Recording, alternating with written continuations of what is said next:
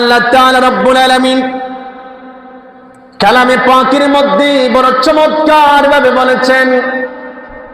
আল্লাহ তাআলা কয় কুনতুম খায়রা উম্মাতিন উখরিজাত লিন-নাস। আল্লাহু আকবার।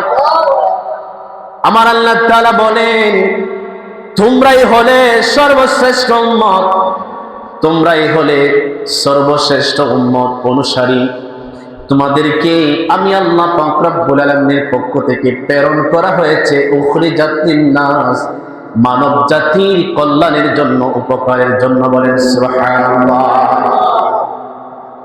আল্লাহ তাআলা আমাদেরকে শ্রেষ্ঠ নবীর শ্রেষ্ঠ উম্মত বানিয়েছেন।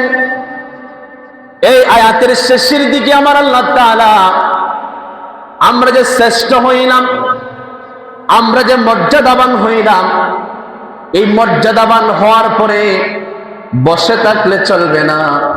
আমার আল্লাহ তাআলা এই শ্রেষ্ঠত্বটাকে ধরে রাখার জন্য এই শ্রেষ্ঠত্ব তারা তিনটা শর্ত দিয়েছেন। এই তিনটা শর্ত যদি আমরা ধরে রাখতে পারি তাহলে আমরা সর্বশ্রেষ্ঠ উম্মত থাকতে পারবো। বলেন সুবহানাল্লাহ। কয়টা শর্ত দিছে? তিনটা শর্ত দিচ্ছে। এক নাম্বার শর্ত আমার আল্লাহ তাআলা বলেছেন তা'মুরুনা বিল মা'রুফ। এই তিনটা শর্তের মধ্যে এক নাম্বার শর্ত হলো তা'মুরুনা বিল মা'রুফ।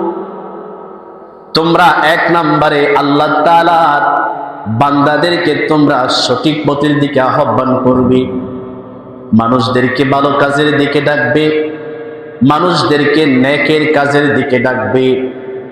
দুই নম্বরটা হলো ওয়া তানহাউনা আনিল মুনকার, গুনার কাজ থেকে মানুষকে বিতাড়িত রাখবে, অন্যায়ের কাজের মধ্যে বাধা প্রদান করবে। অন্যায় যদি কেউ করতে চায় তাকে অন্যায় করতে দেওয়া যাবে না। গুনাহের কাজের মধ্যে যদি কেউ লিপ্ত হতে চায়, তোমার ঈমানি দায়িত্ব হলো গুনার কাজে থেকে বাধা দিতে হবে। ঠিক না বেটি? তিন নম্বরে হলো ওয়া তুমিনুনা বিল্লাহ। তিন নম্বর শর্ত হলো আল্লাহর উপর ঈমান আনতে হবে। ঠিক না বেটি? আল্লাহর উপর যদি কোনো ব্যক্তি ঈমান না আনে, আল্লাহ রাসূলের উপর যদি কোনো ব্যক্তি ঈমান না আনে, ওই ব্যক্তি কিয়ামতের আগ পর্যন্ত যদি ভালো কাজ করে যায়, ওই ব্যক্তি কোনোদিন জান্নাতের মধ্যে যাইতে পারবে না। ঠিক না?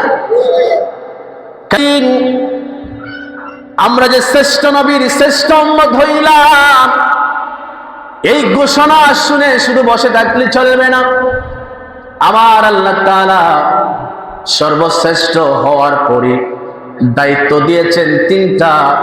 এক নাম্বার হলো তা'মুরুনা বিল মা'রুফ, মানুষদেরকে সঠিক পথের দিকে আহ্বান করা, ভালো কাজের দিকে ডাকা, এবং ওয়া তানহাউনা আনিল মুনকার, মানুষকে বর্জিত কাজ থেকে বিরত রাখা।